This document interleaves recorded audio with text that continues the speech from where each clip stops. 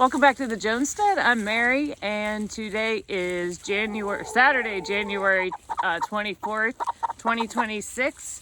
What are you doing? I call her, this is little Miss Rockette, because she looks like Rocky, only she's not a he, or yeah. But you're a sweet little girl. So anyway, we've been getting ready for Winter Storm Fern. I don't know why they need to name them, but they need to for some reason. And this is a huge one, and I know a lot of people are already being impacted. And I'm in Virginia, south of Richmond, southeast of Richmond a bit. And so the weather forecast is for, I think, everybody's been up and down, kind of like gold and silver, only they've been going up more than down. But the weather forecast has been unpredictable with what this system is doing. And when you're talking about precipitation shifting and temperatures changing and, the freezing rain, last I checked, what we're expecting here is right now it's about 24, 25 degrees based on what my reading is. And the temperature is supposed to drop a little bit tonight, and we're supposed to start getting some snow, could be around 6, 9 o'clock, snow throughout the night, and they're saying 3 to 5 inches, but then it's supposed to warm up, and we're supposed to get sleet and or freezing rain or rain, and then it's going to freeze up again. And what that results in is popsicles, right? And skating rinks everywhere. And unfortunately, down limbs and down power lines, and so you end up with a lot of people losing power. And so I've been spending really focused the last 2 days on specific things to prepare. We've always done a lot of prepping throughout the year anyway, just as far as having food on hand, extra water, having a generator, making sure. And that backup power is really important, especially if you're on well and septic, because if you don't have any power, you have no water. And so if that's the case and you're on well and septic, make sure while you have power, you fill up your tub, have extra water sources on hand so that you can use that to flush your toilet. And so that you have extra water. Obviously, it's very poor for sanitation as well if you're not able to be able to have fresh water, obviously. And so that's a really important thing to think about.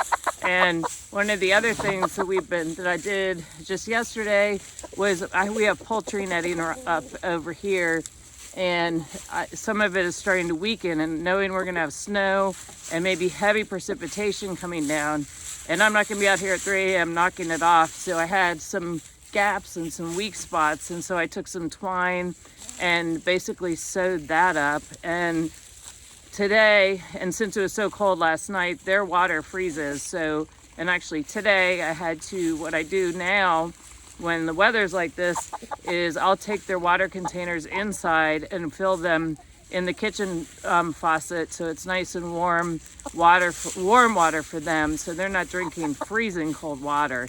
And also with the chickens, they use a lot of extra energy like we do when we're cold, so you want to make sure you're giving them extra food.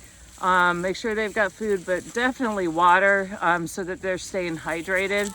And also something else I did for them is we have a lot of pine straw on the property. So I took wheelbarrows full and brought those in and put that down so they have a little extra protection between them and just the solid ground. Obviously, when we have snow, they're gonna have snow, and they go find their way, and they're really pretty hardy, and they deal with it unless it gets dangerously cold. They don't particularly mind the snow so much. So but just make sure, you think ahead as to, particularly if you're in our area, in Virginia, how would you handle if you wake up in the morning and your power is out? And what do you have for a possible extra heat source? And these are things, heat sources, having extra water on hand, manual can opener.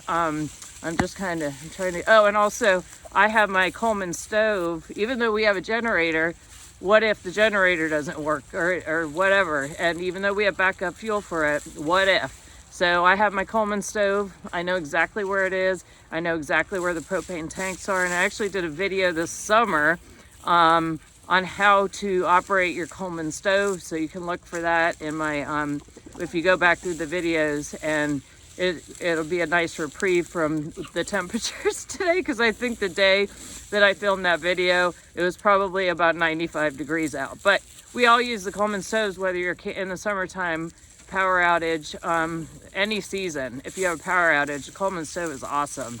And something else I did today, which I always do, and we lived through the ice storm, I forget, the Christmas ice storm, and we've been through floods and blizzards and everything else. So, and I like to have my coffee. So I always have, I make coffee and I pour it into a carafe thermos, and then I'll have extra coffee on hand.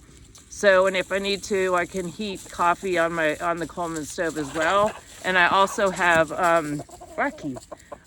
instant coffee as a backup. So made a big pot of chili yesterday, so I have that on hand. Made an egg casserole. We've got that on hand just for easy to get to. And made extra ice to keep the freezer cold. Again, if we lose power and we are in the middle of the night and we don't turn the generator on until later in the morning, we still are keeping everything cold. So anyway, I hope this helps some, and everybody seems to be doing well and adapting here. I also put extra shavings in the coop, so when they go in at night, that helps keep them warm. And a lot of people ask, well, how do the chickens fare with the in the cold with the weather? Well, they generate a lot of body heat. So when you've got a number of them crammed into their coops, they're close together, and so they stay pretty warm in there. And in fact, in the summer, you kind of have to worry about them getting too hot. So anyway, well, I hope you guys stay safe. I know people are already getting impacted by the storm. It's just everywhere, and people are gonna be impacted in different ways. If you have time, because there's nothing happening just yet, if you need to top up your fuel tank, maybe now's a good time to go do that. So thank you for watching, and I look forward to talking to you all again soon. Please like, subscribe, and share, and have a safe and great evening.